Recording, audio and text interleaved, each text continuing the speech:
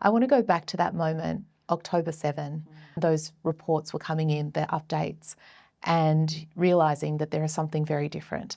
Take us back there. What was going through your mind at that time, not just as a journalist, but actually as an Israeli? Yeah, so honestly, it's a day that you just get chills. Yeah. I'm actually literally get chills. Me too, actually. Yeah, to talk about it because I really, it was an incredibly difficult day for a number of reasons. Obviously, from the work perspective, you know, that goes without saying. But as you mentioned, as an Israeli and as a mother, so it was holidays, so the kids are home. And the sirens started going off in Jerusalem as well. We knew that there was an infiltration, not too far into it, but we didn't know the extent. And at a certain point, there was a question mark as to whether or not terrorists had actually made their way further into Israel. Yeah. People didn't know, were they in Jerusalem, were they in Tel Aviv, were they driving on our highways? And, you know, you were afraid to let the kids out. Now, remember, we just came off COVID, so kids had missed a lot of school. There were a lot of challenges in the country, anyway, all over the world, but also in Israel. And here, they're immediately, we're going to shut down the schools. We're going to have, you know, we don't know what's going on. We understood there were people kidnapped. How did I find out there were people kidnapped?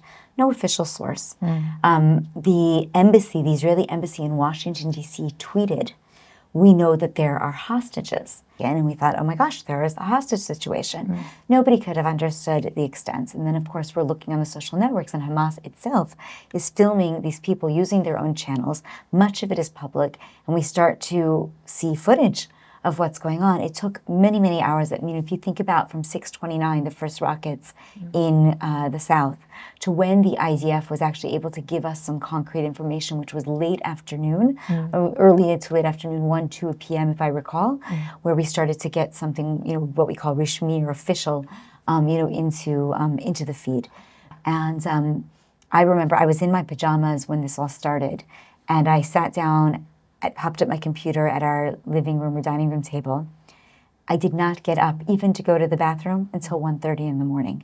So I sat there hours and hours and hours and just wrote and, you know, reported, talked to the team. I mean, it was just an unbelievable day. And it was really scary because at 1:30 in the morning when I got up, then I had to sort of process, like, what does this mean for the kids? That's what I was going to ask you. At 1:30 in the morning, then what happened for you, Maayan? Well, I went directly to the bathroom, and then I mean to say that, but I was like, oh my God, I have not moved, you know? And then I went to check on the kids and was just like, wow, like what is going to be for our family? Like, what's this going to look like?